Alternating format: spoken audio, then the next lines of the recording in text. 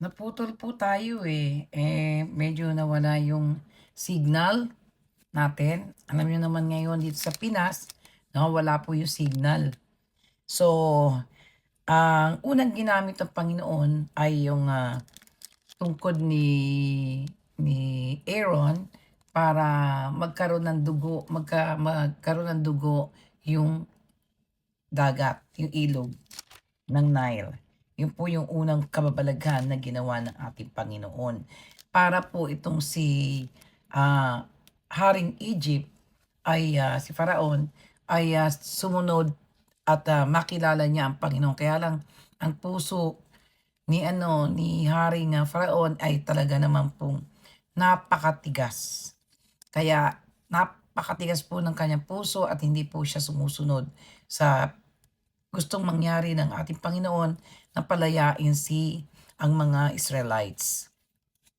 Nagmatigas po siya talaga. At hindi lang po yun, pagkatapos po nun ay pangalawang salot ay ang mga palaka. Nagpalabas siya ng maraming maraming palaka sa loob mismo ng palasyo. Pero nasa chapter 8 na po yan. Okay? Ano po ba yung lessons na nakuha natin dito sa Exodus 7? God equips the people he calls. Moses felt weak and unqualified, but God still chose him. Aaron helped Moses speak before Pharaoh. Yun po, si Moses po kasi, gaya ng sinabi ko na mention ko na before, hindi po siya magaling na maging speaker or magsalita. Kaya ginamit po ng Panginoon si Aaron.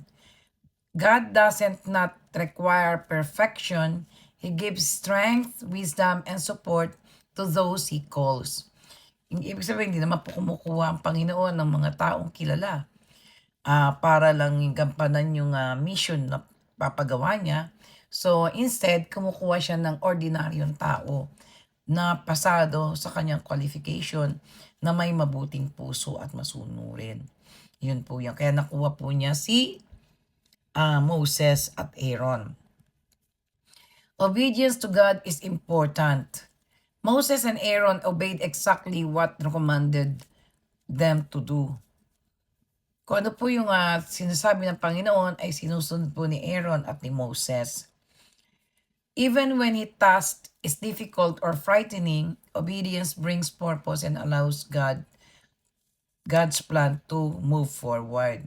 Kahit alam ni Moses at ni Aaron na mahirapan sila dahil nga matigas nga po yung puso at ulo ng hari ng Egypt, but still they have nothing to do but to follow the instruction given to them by God. A hardened heart blocks blessings. Pharaoh repeatedly refused to listen even after witnessing miracles. Kahit na nakita na ni Pharaoh na napakarami ng milagro na pinakikita ni Moses at ni Aaron, but still, he stick to his belief. He refused all yung kagustuhan ng Panginoon na palayain na ang mga Israelites. Pride and stubbornness can prevent people from seeing God's truth and receiving His blessings. Kapag po pala tayo ay mapagmataas at matigas ang ulo, hindi po pala natin makikita yung totoong Diyos na ating Panginoon at hindi po natin marireceive yung blessings.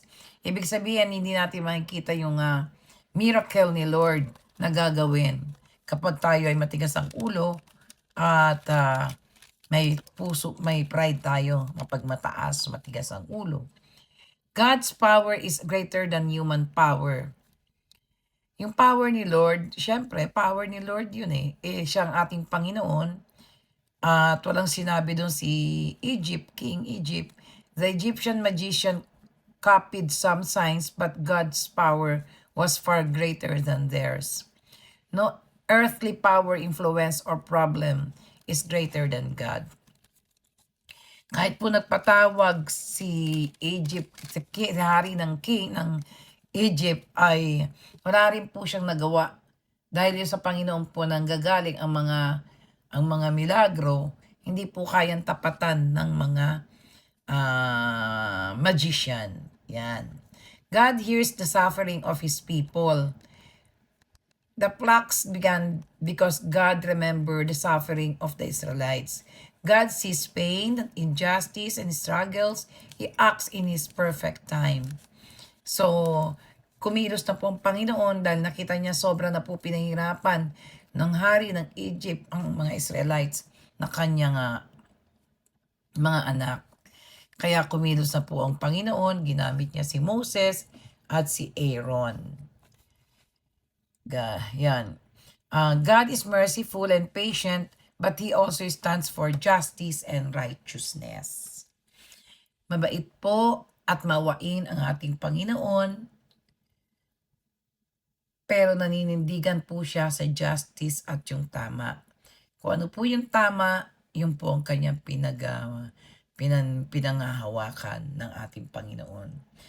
Gaya din po dito sa ating buhay, kailangan po maging masunurin tayo sa Panginoon para maramdaman natin yung blessing, yung kanyang pagiging Diyos sa ating buhay.